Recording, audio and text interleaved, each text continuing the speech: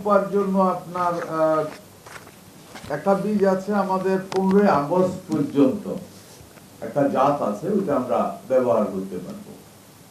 ওই জাতগুলি আমরা আমাদের নিজস্ব বীজতলাতে বীজ তৈরি করছি, যাতে করে পানি শুকানোর সাথে সাথে আমরা ওই বীজটা তুলে কৃষক পর্যায়ে আমরা তার প্রয়োজন অনুযায়ী আমরা ডিস্ট্রিবিউশন করতে পারি।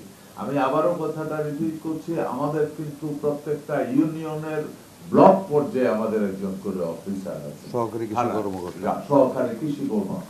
উনি নিজেই জানে ওনার কাছে আমাদের ওই এলাকার কোন কৃষকের কতটুকু জমি আছে ওই ব্যাপারে প্রায় ডিটেলস ডাটা তার কাছে আছে, কারণ সে দিনের প্রায় পুরোটা সময় ওই 3টা ওয়ার্ডের ভিতরেই ঘুরে। ওদের সাজেশন অনুযায়ী আমরা ওইভাবে ওইটা বিলি করবো। রেইনবো অ্যাক্রোপ্লাস্টে অ্যাক্রিলিক এমালশন থাকায় মুছে ফেলা যায় যে কোনো দাগ সহজেই। Rainbow paints, colour of joy. আরেকটা সমস্যা যেটা আছে আপনারা জানেন, এই বন্যার পানিতে যেটা হয়েছে সেটা হলো বিশেষ করে গরুর খাবার। গরুর যে খড়ের পাড়া যেটা ছিল ওইটা ভিজে গেছে অথবা বন্যায় নিয়ে গেছে। ঘাস যেটা ছিল সেটাও বন্যায় ডুবে নষ্ট হয়ে গেছে। ইভেন চাষের ঘাসও অনেকটা নষ্ট হয়ে গেছে, যার কারণে এই গো খাদ্য এবং গোর রোগ, খরা রোগ, এই দুইটার ব্যাপারে আমরা যথেষ্ট সচেতন আছি।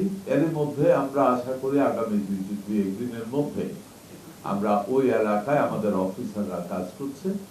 আমরা দিচ্ছি যে গোখাদ্য, ড্রাই গোখাদ্য যেটা আছে রেডিমেড, সেটা দেওয়ার জন্য, কারণ ওখানে ঘাস নাই, ওখানে খড় নাই। আমরা দ্রুততম সময় তাদেরকে খড় এবং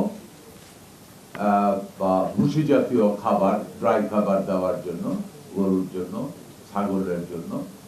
আর সাধারণত বন্যার পরে বা বর্ষাকালে এমনিতেই গরু এবং ছাগলের কিছু রোগ ব্যাধি আছে, আর বর্ষা যখন হয় তখন বিশেষ করে খুরা রোগটা দেখা দেয়।